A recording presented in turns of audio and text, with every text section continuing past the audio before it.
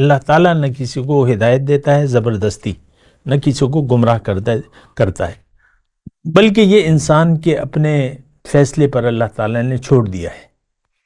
مختصر میں بات کر رہا ہوں، قرآن کی آیت بھی پیش کر رہا ہوں، آپ یہ زیادہ پریشان نہ ہوں۔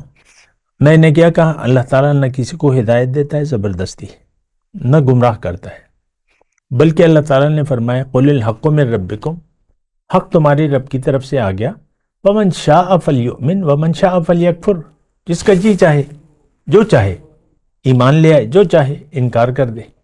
اللہ اکبر، اللہ اکبر، اللہ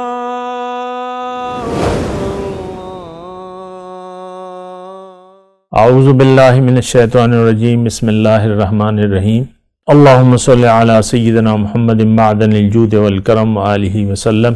سامعین و ناظرین اکرام، السلام علیکم ورحمۃ اللہ وبرکاتہ۔ آج کا ہمارا موضوع جو ہے وہ غافلین کی علامات۔ دیکھیں، یہ غافل کا لفظ قرآن میں استعمال ہوا ہے۔ اللہ تعالیٰ نے فرمایا غافل کا معنی تو واضح ہے، لیکن ہر چیز اپنے ضد سے پہچانی جاتی ہے۔ غافل کی ضد جو ہے وہ بیداری ہے، بیدار، ہوشیار، اور دوسرا غافل، پتہ ہی نہیں کیا ہے۔ آج کا میں تو دیکھیں خاص طور پہ مسلمان سے مخاطب ہوں، امت مسلمہ سے، تو آج کا مسلمان غافلوں کا ایک ٹولہ ہے۔ سب لوگ، تمام امت کا رخ دنیا کی طرف ہے، اور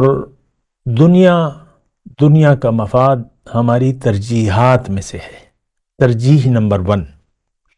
اور آپ دیکھ لیں، ہماری سوچ دنیا سے شروع ہوتی ہے اور دنیا پر ہماری سوچ ختم ہو جاتی ہے۔ 2-4 لوگ، ساتھی یار لوگ بیٹھتے ہیں، دنیا کے علاوہ کوئی بات نہیں ہوتی۔ عورتیں بیٹھتی ہیں، دنیا کے علاوہ کوئی بات نہیں ہوتی۔ یہ دیکھ لیں، میں تو وہ آپ کو بتا رہا ہوں نا، بوڑھے بیٹھتے ہیں، جوان بیٹھتے ہیں، بچے، وہی بچے ہیں بس۔ آپ دیکھ لیں نا، بچے جب کسی نئے مہمان ہو کر جاتے ہیں کہیں، یعنی آپ کو اپنی امی لے جاتی ہیں، تو بس وہ ان گھر کے بچوں کے ساتھ، اگر ہیں بچے، بس ان میں آپ کھیلنے لگ جاتے ہیں۔ کوئی تعارف کہ بھئی تم کون ہو، نام کیا ہے، نہیں، بس بچے مل گئے، ان کو کھیل بن گیا۔ اسی طرح انسان جب بیدار ہوتا ہے اور وہ مرنے تک یہ بس اپنے حال میں مشغول رہتا ہے، حال میں، ظاہر میں مشغول رہتا ہے، ظاہر کی باتیں ہیں۔ سوچیں ذرا ان باتوں پر۔ ہماری باتیں، ہماری سوچ صرف ظاہر تک محدود ہے۔ یہ بڑی خطرناک بات ہے۔ کیوں کہ باطن ہمارے ساتھ لگا ہوا ہے۔ یہ نہیں کہ آخرت کا انتظار کریں، نہیں، آپ کی جو بھی سوچ بنے گی دنیا کے بارے میں، تو عمل بھی آپ کا اس کے لیے ہوگا اور اس کے مطابق ہوگا۔ تو جو بھی آپ عمل کر رہے ہیں ایک سوچ کے تحت، اس کا اثر آپ کی دل پر ہوتا ہے، کالا داغ یا سفید داغ۔ میں اس کی تشریح میں نہیں جاتا۔ آپ جو بھی زندگی گزار رہے ہیں، جو بھی کام کر رہے ہیں، جس سوچ، اس پہ آپ کے فوراً داغ لگ جاتا ہے، یا سفید یا کالا۔ ہمارا دل تو کالا سیاہ ہو چکا ہے۔ میں امت مسلمہ سے مخاطب ہوں، کالا سیاہ، دنیا دار، ختم بات، ساری سوچ دنیا تک محدود ہے۔ تو غافلین کا ٹولہ ہے، غافلین کی علامات میں آج میرا موضوع ہے۔ دیکھیں، قرآن کی ایک آیت ہے سورہ اعراف کی 178 نمبر، تو میں تھوڑی سی اس میں بات کروں گا۔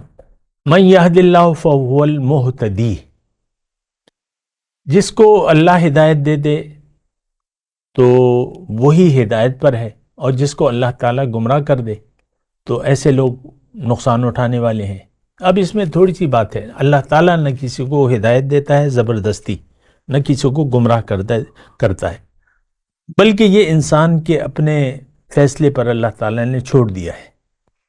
مختصر میں بات کر رہا ہوں، قرآن کی آیت بھی پیش کر رہا ہوں، آپ یہ زیادہ پریشان نہ ہوں۔ میں نے کیا کہا؟ اللہ تعالیٰ نہ کسی کو ہدایت دیتا ہے زبردستی، نہ گمراہ کرتا ہے، بلکہ اللہ تعالیٰ نے فرمایا قُلِ الْحَقُّ مِن رَبِّكُمْ، حق تمہارے رب کی طرف سے آ گیا. ومن شاء فلیؤمن ومن شاء فلیکفر، جس کا جی چاہے جو چاہے ایمان لے آئے، جو چاہے انکار کر دے. دوسری آیت انا ہدیناہ السبیل، میں نے انسان کو راستہ بتا دیا ہے، اما شاکرا و اما کفورا، اس کی مرضی ہے شکر گزاری کا رویہ اختیار کرے یا نہ شکری کا. تو ایک بات تو یہ طے ہے. تو ہم نے ہدایت کی بجائے گمراہ رہنے کا فیصلہ کر لیا ہے. گمراہ کون؟ جو دنیا کی زندگی کو مدعا بنا لے. جو دیکھیں یہ آسان بات ہے، جس نے فیصلہ کر لیا کہ بھئی مجھے تو دنیا چاہیے اور یہی میرا مقصد ہے. وہ کہتے ہیں نا دولت، عزت، شہرت، زنزر، زمین، بس آپ دیکھ لیں ہماری سوچ اس سے باہر نکلتی نہیں. ہم دنیا کے ٹٹو ہیں، دنیا کا سوچ رہے ہیں، دنیا ہی کے لیے جی رہے ہیں اور دنیا ہی کی سوچ میں ہم زندگی گزارنا چاہتے ہیں. یہ میرا دعویٰ ہے. تو بہرحال آپ کو اب اللہ تعالیٰ ہدایت نہیں دے گا. اگر آپ نے یہ فیصلہ کر لیا ہے کہ میں دنیا سے ادھر ادھر نہیں ہوں گا یا نہیں ہوں گی، اب اللہ تعالیٰ ہدایت آپ کی سمجھ میں بھی نہیں آئے گی، کیونکہ واللہ لا یہدی القوم الفاسقین، اللہ تعالیٰ نافرمان لوگوں کو ہدایت کی توفیق نہیں دیتا کیونکہ وہ خود نہیں چاہتے. بہرحال پھر آج جو میں نے موضوع غافلوں کی علامات، اللہ تعالیٰ نے فرمایا ایسے لوگ جو ہیں ان کے پاس دل ہیں، یعنی آیت نمبر 179، ان کے پاس سوچنے کے لیے دل ہیں لیکن یہ سوچتے نہیں ہیں. لہم قلوب لا یفقہون بہا ولہم اعین لا یبصرون بہا، آنکھیں ہیں لیکن دیکھ نہیں پا رہے. میں نے گزشتہ نشست میں اس کی تشریح کی ہے. ان کے پاس سننے کے لیے کان ہیں، حق سننے کے لیے، لیکن یہ سننا نہیں چاہتے. پھر اللہ تعالیٰ فرما رہا ہے کہ اولئک کل انعام بل ہم اضل، ان کی مثال محض جانوروں کی سی ہے بلکہ جانوروں سے بھی بدتر ہیں. اولئک هم الغافلون، اور یہی لوگ غافل ہیں. اور ایک بات میں یہاں کہہ دوں کہ یہ غافلوں کا ٹولہ میں سر فہرست جو ہے آج امت مسلمہ ہے. فرد، مرد ہو یا عورت، قوم ہو یا پوری امت، اور یہ سلسلہ صدیوں سے، یعنی یہ غفلت کی جو عالم ہے صدیوں سے. آپ کو پتہ ہے میں تاریخ کے اوراق نہیں کھول رہا، لیکن ایک وقت تھا ابھی تھوڑی عرصہ کہ لاہور پر پشاور نے سکھوں نے حکومت کی تھی. سکھوں کا ایک دور حکومت گزر چکا ہے، میں زیادہ تفصیل میں نہیں جاتا. انگریزوں کے آپ کو انگریزوں نے اپنا غلام بنا لیا تھا. کئی دہائیوں تک اس نے آپ پر حکومت کی، اب غلام بنے رہے. ابھی تھوڑا عرصہ ہوا آپ کو آزادی ملی ہے، اور آزاد اب بھی آپ نہیں ہیں، انگریز کے غلام ہیں.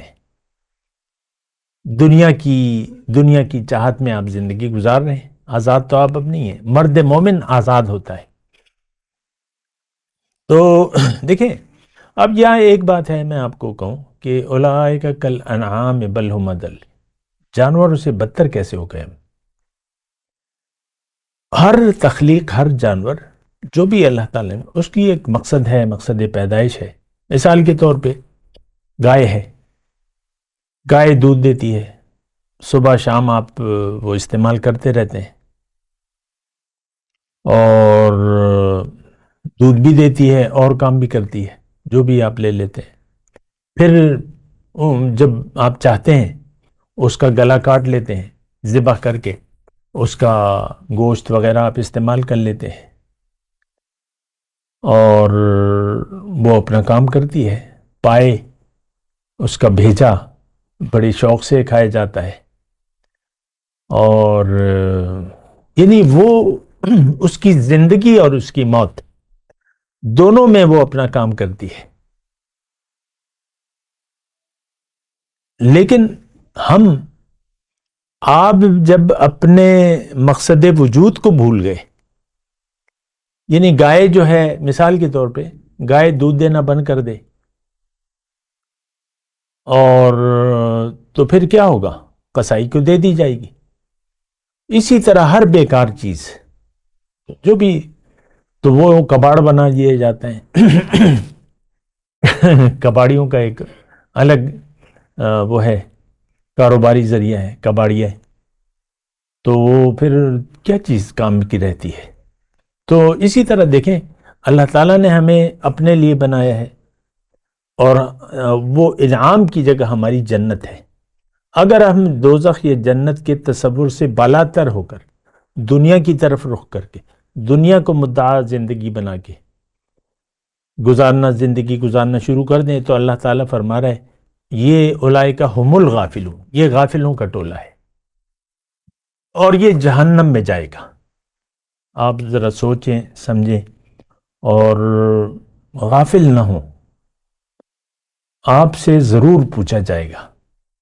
آپ کو زندگی کے اچھے برے نتائج کا ضرور سامنا کرنا پڑے گا. اچھوں کو اچھا اور بروں کو ان کے برے کاموں کا. برا کام کیا ہے کہ آپ دنیا کی سوچیں، یہ بات نوٹ کر لیں. تو اس کا یعنی بہت زیادہ جو ہے خراب نتیجہ آپ کو ملے گا دنیا میں بھی. یہ بات ذرا نوٹ کر لیں. اچھی زندگی آپ دنیا میں نہیں گزار سکیں. پریشان کن زندگی، بدحال زندگی آپ کا مقدر ہے. وآخر دعوانا الحمدللہ رب العالمین. مولایا صلی وسلم دائما ابدا على حبیبک خیر الخلق کلہم.